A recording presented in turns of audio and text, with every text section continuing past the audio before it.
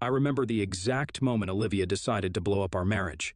She was sitting at the kitchen table, scrolling through her phone like she didn't have a care in the world. I had just walked in from work, ready to drop my bag and unwind when she looked up and casually said, "Marcus, I want a divorce." No preamble, no softening the blow, just a blunt, heartless statement delivered as if she were commenting on the weather.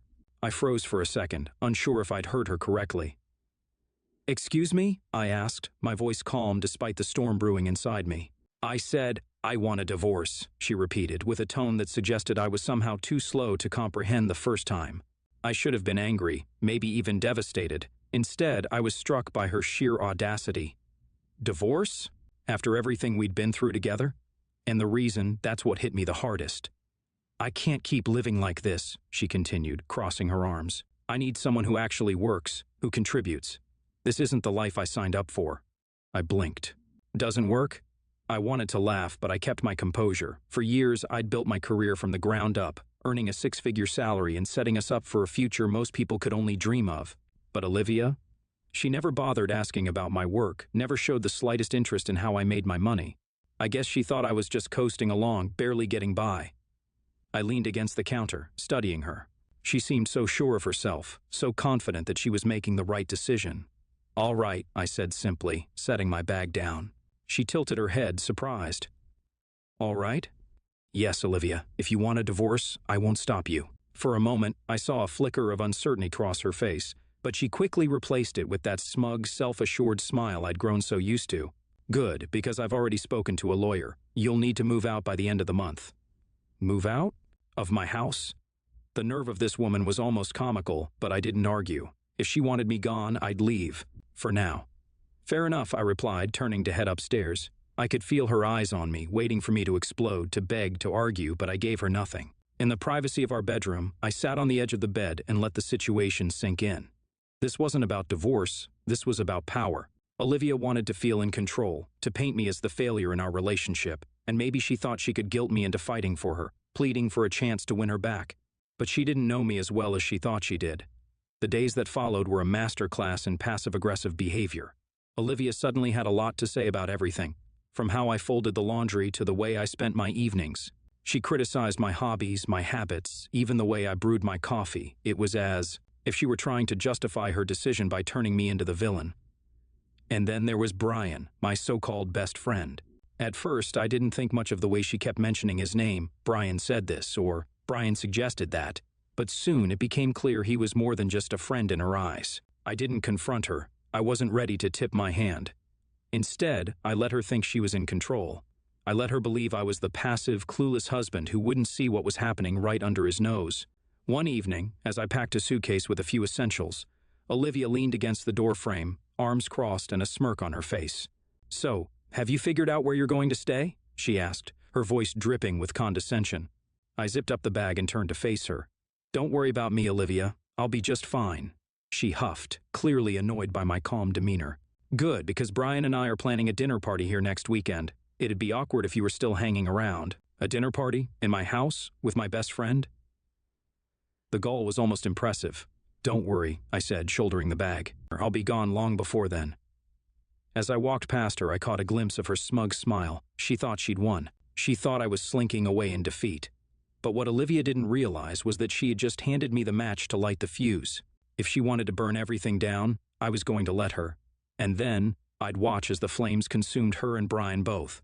Sometimes the best revenge isn't shouting or fighting. It's silence. It's patience. It's letting the other person dig their own grave while you quietly prepare to bury them in it. And trust me, I was just getting started. Betrayal is an insidious thing. It doesn't announce itself with fanfare or fireworks. No, it sneaks in quietly, disguised as casual conversations and harmless gestures, until one day, you wake up and realize everything you thought was solid has been chipped away. Olivia's request for a divorce was the first crack. What followed was the steady crumble of everything I thought I knew about her and Brian. Yes, Brian, my best friend, or at least the man who had held that title for years. I should have seen it coming, but hindsight is a cruel companion. At first, it was subtle. Olivia started mentioning Brian's name more often than usual. "Brian said this," or "Brian recommended that," she'd say casually over dinner. I'd nod, not thinking much of it. After all, he was a close friend to both of us.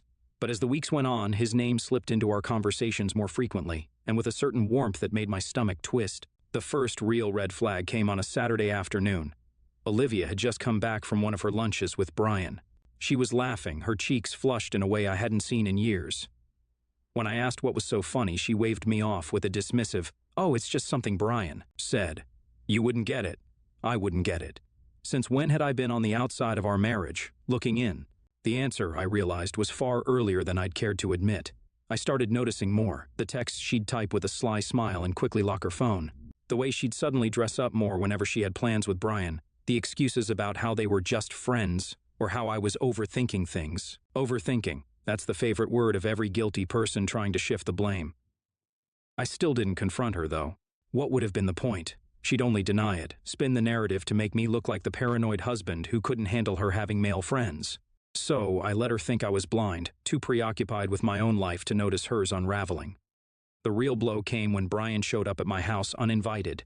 I was in the middle of packing, fitting my life into suitcases as Olivia had so graciously requested, when I heard the doorbell. Opening it, I was met with Brian's ever-confident grin. He strolled in without waiting for an invitation. "Marcus, my man," he said, like we were still the closest of friends. "How's it going?" I stared at him, every ounce of patience in my body strained to its limits. "What do you want, Brian?" I asked, keeping my voice even. He leaned against the wall, all nonchalance and charm. "Just checking in. Olivia told me you were moving out, and I thought I'd see if you needed any help." Help? From the man who was quite literally moving into my life. The audacity was almost impressive. "I've got it handled," I replied curtly, turning back to my packing. Brian lingered, and when I glanced over, I could see the wheels turning in his head. He wasn't just here to check in, he was here to rub it in, to stake his claim. "Listen," he said, his voice taking on a tone he probably thought sounded sincere. "I know this must be hard for you, but things happen. You know? Life's unpredictable." "Things happen?" I echoed, turning to face him fully. I took a slow step closer, forcing him to meet my eyes. "Yeah, Brian, things do happen, and sometimes they come back to bite you." For the first time, he faltered. The confident smirk wavered, replaced by something almost resembling uncertainty. I didn't wait for him to recover. I turned back to my suitcase, effectively dismissing him. "You've always been a cool guy, Marcus," he said awkwardly, retreating toward the door.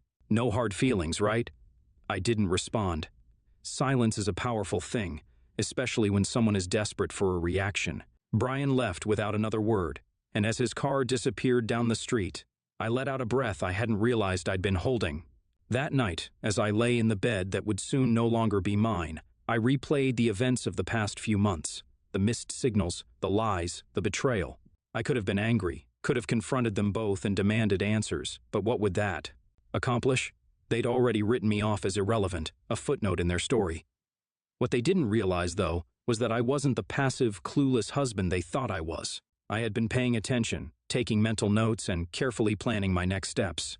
If Olivia and Brian thought they could waltz off into the sunset together without consequences, they were in for a rude awakening. Because betrayal doesn't end when the truth comes out. No, that's when the real game begins. And as far as I was concerned, this was a game I was fully prepared to win. Divorce. It's such a small word for something so messy. It implies finality, a simple end to a complicated story. But when Olivia and I walked into that courtroom, I realized this wasn't an ending. For her, it was a victory lap, a celebration of what she thought was her upgrade. She came dressed to impress, in a tailored dress that screamed sophistication, and with a confident smile that made my stomach churn. And there, not too far behind her, was Brian, lurking like a shadow. He didn't come into the courtroom, of course. He wouldn't dare, but the fact that he was there at all said everything I needed to know. Olivia wasn't just divorcing me, she was flaunting her betrayal as if it were a badge of honor. "Marcus, let's not drag this out," she said when we sat down across from each other at the negotiation table. "I don't want this to be harder than it needs to be." Harder than it needs to be?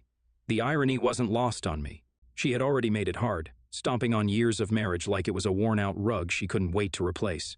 "I don't plan to," I replied evenly, meeting her gaze without flinching. The lawyer laid out the terms. She wanted the house, some furniture, and a chunk of what she thought was my meager savings. She probably thought I'd fight her, maybe even beg for a better deal, but I didn't flinch. I agreed to every term, signing each document without hesitation.